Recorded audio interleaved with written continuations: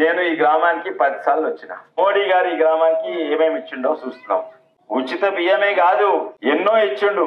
ఇంతో అంతో మన గ్రామాలు నడుస్తున్నాయంటే మోడీ వల్లనే. కేసీఆర్ అప్పుల పాలు చేసిపోయిండు, కొత్త ఆయన చేతిలో చిప్ప పెట్టిపోయిండు, పైసలు లేవు. ఆయన అప్పుల పాలు చేస్తే ఈయన అప్పులు కట్టాలి, కొత్త ఆయన చేతిలో చిప్పు ఉన్నది.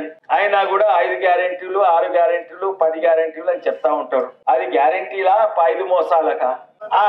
2500 రూపాయలు ఇస్తాడంట, ఆయనకు 4000 రూపాయలు నెలకి ఇస్తాడంట, నిరుద్యోగుకు 4000 ఇస్తాడంట, రైతు బంధు ఉన్న రైతు బంధుకే పైసలు లేవు 15,000 చేస్తాడంట ఎకరానికి.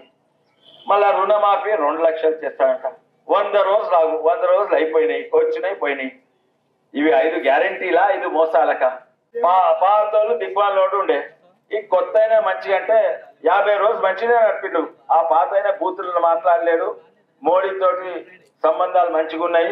మా పెద్దన్న అనుకుంటే ఢిల్లీ పోతే మోడీ మంచోడేలే అని 9,000 కోట్లు ఇచ్చిండు. అందుకే ఇప్పుడు కరెంట్ వస్తుంది, అందుకే ఇప్పుడు జీతాలు వస్తున్నాయి. జీతాలకు 55,000 కోట్లు. మన అప్పులు కడతానికి 60,000 కోట్లు. ఆ 2 వంగ ఏమి మిగులుతాయి? మోడీ మళ్ళీ వస్తారు, కొండా విశ్వేశ్వర్ రెడ్డి గెలుస్తారు.